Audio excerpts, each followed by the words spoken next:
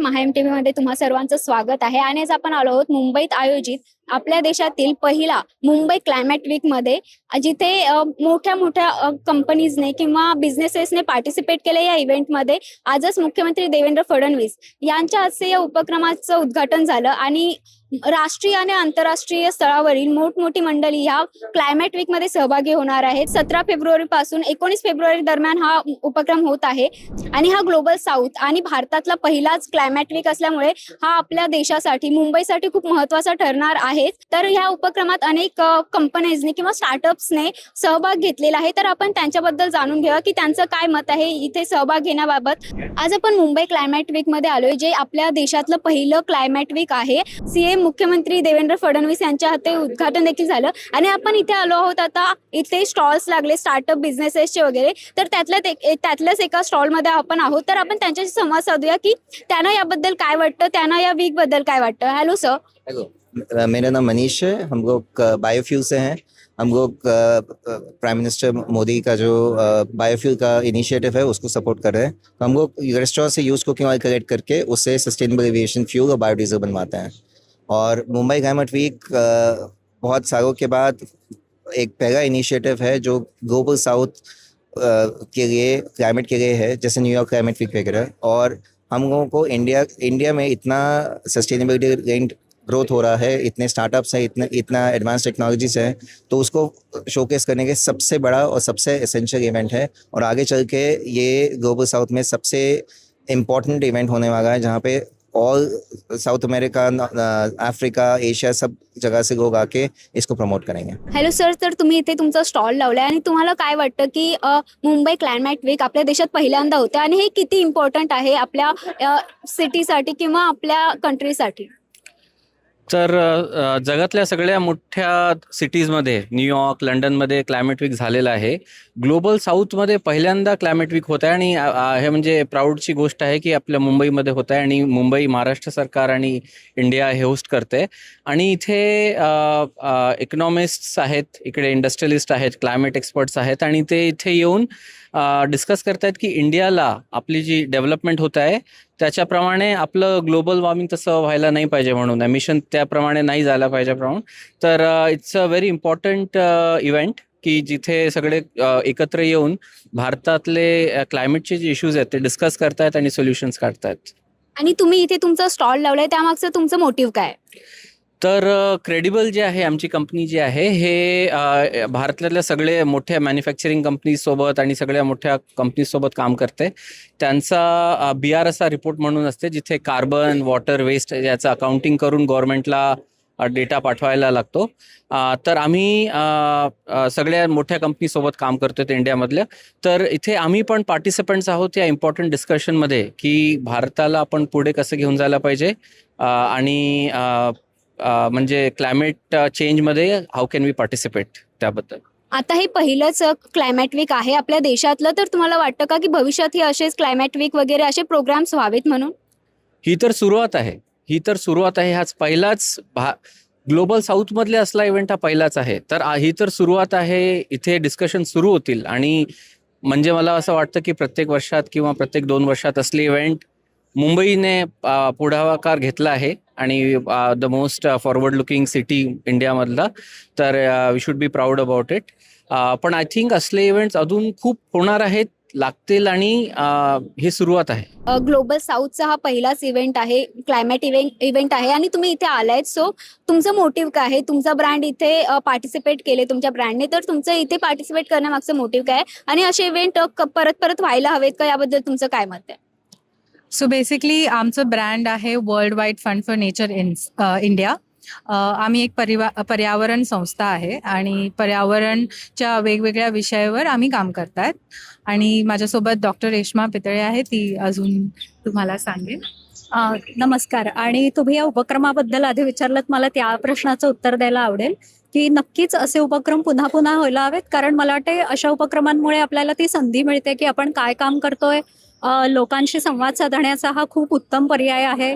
आमचे बरेच उपक्रम आहेत जिथे आम्ही लोकांना सुद्धा सहभागी करून घेऊन जो काही अभ्यास पर्यावरणाच्या दृष्टीने आम्ही करतो, त्याच्यामध्ये त्यांना कसं सामावून घेता येईल असे सुद्धा काही उपक्रम आहेत. तर मला वाटतं ही खूप सुंदर संकल्पना आहे, जिथे हा डायलॉग किंवा हे काय म्हणता येईल हे बोलणं आपल्याला त्यांच्याबरोबर करता येऊ शकतं. त्यांनाही अनेक कामांबद्दल कळतं, त्यांनाही हे समजू शकतं की असे वेगवेगळ्या पद्धतीचे कामं, अभ्यास आणि उपक्रम वेगवेगळ्या संस्थांमार्फत चालू आहेत. सो नक्कीच असे उपक्रम असायला हवेत.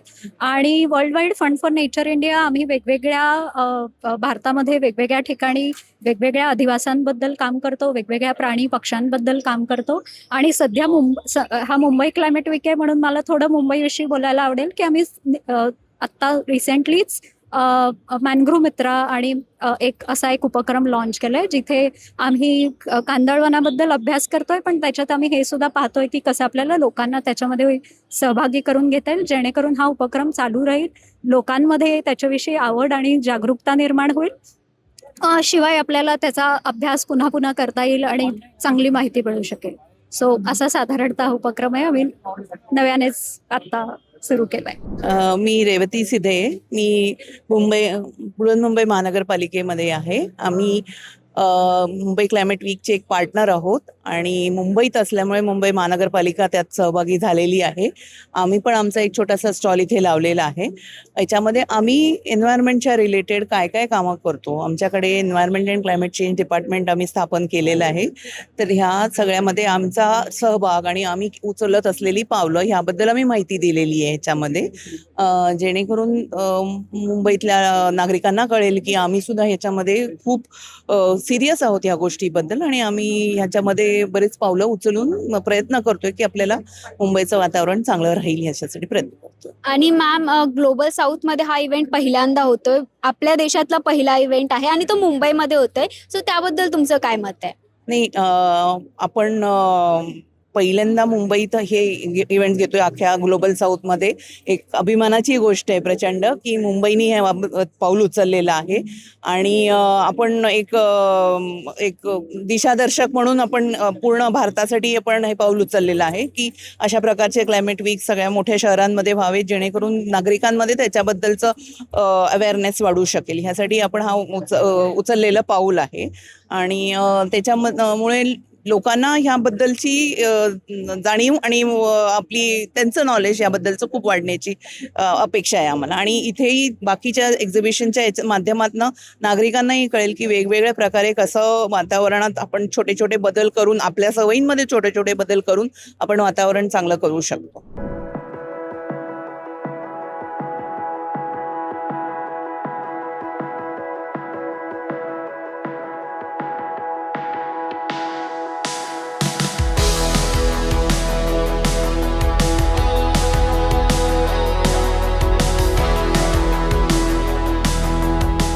आय गेस ह्या पूर्ण एक्झिबिशन मधल्या सगळ्यात इंटरेस्टिंग स्टॉलवर आहोत, जिथे इथे तुम्हाला बघू शकता काही स्मशानासारखं वगैरे दिसतंय, एक प्रोजेक्ट बनवलेला आहे. तर आपण त्यांच्याकडूनच जाणून घेऊया की त्यांचं हे इनिशिएटिव्ह काय, प्रोजेक्ट काय आहे. Hello sir.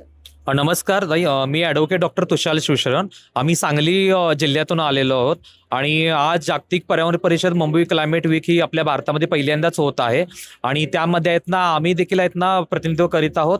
आणि आमचं एक्झिबिशनचं नाव आहे की गाई किंवा म्हशीच्या शेणापासून जे आपण शेणकुटे तयार केले जातात, शेणी वगैरे, तर त्यापासून मृतदेहाचं अंत्यसंस्कार केलं जातं. तर ॲक्च्युली हा प्रोजेक्ट आहे तो आहेत ना सांगली कोल्हापूर ठिकाणी हा अंमलात आणलेला आहे आणि त्यापासून त्याचे फायदे काय होतात की ॲक्च्युली आपण समोर पाहत आहोत की जे शेणकुटे वगैरे आहेत जे आपल्या मृतदेहाला आपण हे करतो ते ॲक्च्युली इको फ्रेंडली असतात आणि त्याच्यामध्ये एक जे मृतदेह आहे त्याला 300 किलो आपल्याला शेणकुटे ठेवून ते हे दहन करावं लागतं.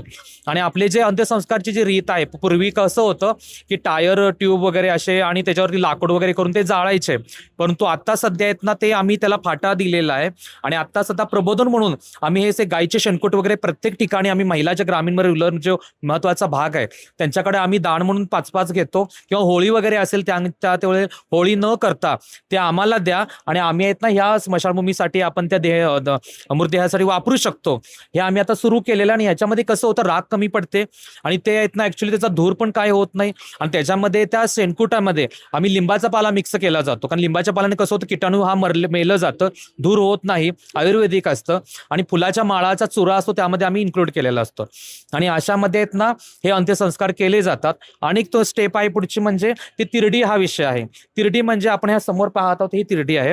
या तिरडीला बांबूचे ज्या तिरडी आपण ते गावामध्ये केले जातात, त्यात मृतदेह ठेवला जातो. तर ते तसतेच दहन केलं जात नाहीये.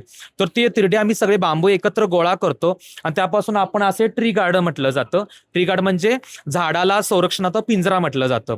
त्यात झाड वगैरे लावलं जातं आणि ते कुठलेही जनावर खाऊ शकत नाही. तर असं आपण त्याच्यापासून हे आपण तयार केलं जातं. आणि दुसरी गोष्ट आहे म्हणजे इथं माठ ठेवले, मटके, जे आपण अंत्यसंस्कारच्या पुढे एक रीत आहे मटकं घेऊन जाण्याची. तर ते मटके तिथं तसे सोडले जातात. ते मटके आम्ही सगळे गोळा करतो, त्यात बीजारोपण करतो झाडांच्या निरनिराळ्या किंवा फुलांच्या असतील, आणि ते आम्ही ते मोठं झाल्यानंतर आपण ते स्मशानभूमीत लावतो. म्हणजे ते झाड पण आता हिरवाईने नटेल ती स्मशानभूमी, आणि प्लस एक फुल लागलं तर आपण अंत्यसंस्काराला तिथं आपण ठेवू शकतो. त्याच्यानंतर आहेत ना त्या व्हाईट क्लोथ आपला जो कपडा घातला जातो तो आपल्याला दहन करायचा नसतो, तसाच टाकला जातो. त्यापासून आम्ही आता स्वतःच्या हाताने आम्ही त्या दोऱ्या तयार करतो आणि त्या दोऱ्यापासून आपण इथे ते झाड वगैरे लावलं जातं, ते मोठी उंची वाढील तसं आम्ही त्याला आधार लावून लावलं जातं. अशा तऱ्हेने आमचा हा प्रोजेक्ट आहे. आणि भारत सरकारने ह्या आम्हाला राष्ट्रपती अवॉर्ड देऊन आम्हाला गौरवलं गेलं, नेहरू अवॉर्ड देऊन आम्हाला गौरवलं गेलं. बिहार गव्हर्नमेंटमध्ये आम्ही बेतिया या ठिकाणी आम्ही काम केलेलं आहे. त्यामुळे आमच्या कामाची दखल घेऊन माननीय मुख्यमंत्री नितीश कुमार बिहार यांनी आम्हाला त्यांचा वसुंधरा सन्मान अवॉर्ड सरकारी दिला गेला. कर्नाटकमध्ये आम्ही काम केलेलं आहे. कर्नाटक शासनाने मुख्यमंत्र्यांनी त्यांचा महात्मा बसवेश्वर सरकारी अवॉर्ड देऊन आम्हाला गौरवलं गेलं. माझी वसुंधरा अभियान महाराष्ट्र शासन याच्यामध्ये मी पहिला आलो आमचा प्रोजेक्ट, आणि त्याला आम्हाला 4 लाख रुपये देऊन शासनाने गौरवलं गेलं. अशा तऱ्हेने आमचा हा प्रोजेक्ट आहे तो स्मशानभूमीचा आहे. ही स्मशानभूमी दिसते आणि खरोखरच आम्ही म्हणतो की स्मशानभूमी स्वच्छ ठेवा, इको फ्रेंडली त्याचं अस्तित्व तुम्ही स्वीकारा. आणि खरोखरच आपल्याला येत ना खरोखर ही स्मशानभूमी शिकवते की जगाच्या मध्ये जन्माला आपण एकटाच यावं लागतं, मरताना म्हणून एकट्यानं जावं लागतं, आणि जगाच्या या सिंहासनावर जीवनाच्या आपल्याला एकट्याला बसावं लागतं. त्याच्यामुळे ही स्मशानभूमी मुद्दा मानलेली आहे दाखवायला. याच्यातून माणसाने प्रेरणा घ्यावी आणि खरोखर स्मशानभूमी कशी असते, कारण चिता जळत असताना काय पश्चाताप येतो, काय जाणीव येते, हे आपल्याला तिथं कळेल. म्हणून इको फ्रेंडली हे आपण आहेत ना गोवऱ्यापासून तयार जे आपण सुरू केलेली आहे, खरोखर आहे ना पूर्ण जगाने त्याचा स्वीकार केला तर आहेत ना खरोखरच आहेत ना त्याला मान्यता मिळेल. आणि एन्व्हायरमेंट जो आता क्लायमेटचा उद्देशच तो आहे, त्याच्यामुळे आमचा पारंपरिकरित्या लुक काय आहे तो आम्ही दर्शवलेला आहे. हॅलो, नमस्कार. माझं नाव इशिका नहार आहे. मी इकडे टाटा पॉवर क्लायमेट क्रू कडून आहे. आम्ही हा इनिशिएटिव्ह बेसिकली टाटा पॉवरचा इंटरनल इनिशिएटिव्ह आहे for betterment of climate, nature, sustainability. हे आम्ही नॉट मोठे मोठे वर्ड्स आपण जे ऐकतो, policy changes, government making different policies and all, but here Tata power मध्ये आम्ही क्लायमेट क्रूच्या माध्यमातून employees and now progressing it to other people also outside are employees. आम्ही हा इनिशिएटिव्ह घेतला सो दॅट पीपल त्यांना समजायला पाहिजे की तुमचे छोटे छोटे हॅबिट्स तुम्ही तुमच्या अख्ख्या दिनचर्यामध्ये काय बदलू शकता, ज्याने इम्पॅक्ट आपण आणू शकतो एन्व्हायरमेंटबद्दल, क्लायमेटबद्दल, आणि जे प्रोग्रेसमध्ये पण हेल्प करेल आपल्या एन्व्हायरमेंटचा. सो स्मॉल इम्पॅक्ट, जसं instead of taking a shower you can do a bucket bath. So from that पाणी वाचवू आपण खूप सारं, तो कार्बन फुटप्रिंट पण त्याचा लो होईल, which will have a larger impact. Action खूप छोटूसा आहे, पण तुम्ही जे काय करा ते खूप मोठं इम्पॅक्ट घडवून आणू शकतो एन्व्हायरमेंटमध्ये. आणि क्लायमेट वीक बद्दल बोलायचं झालं तर हा इनिशिएटिव्ह खूप चांगला आहे. इंडियामध्ये फर्स्ट टाइम होतोय आणि हे इंटरनॅशनल फोरम्सवर खूप होत असतं, बट नॅशनल फोरमवर कोणालाही याचं अवेकनिंग नाहीये किंवा कोणाला माहिती नाही जास्त याच्याबद्दल. आणि आता climate being the most adverse in the adverse part of its phase, climate week हे खूप गरजेचं आहे लोकांना कळवण्यासाठी की ठीक आहे तुम्ही तुमचं काहीतरी इनिशिएटिव्ह आणा आणि टू प्रमोट. आता खूप लोकांना वाटतं की अच्छा doing climate and sustainability is just a fashion thing, but it's actually the need of the hour and we all should very actively take part in it. Thank you.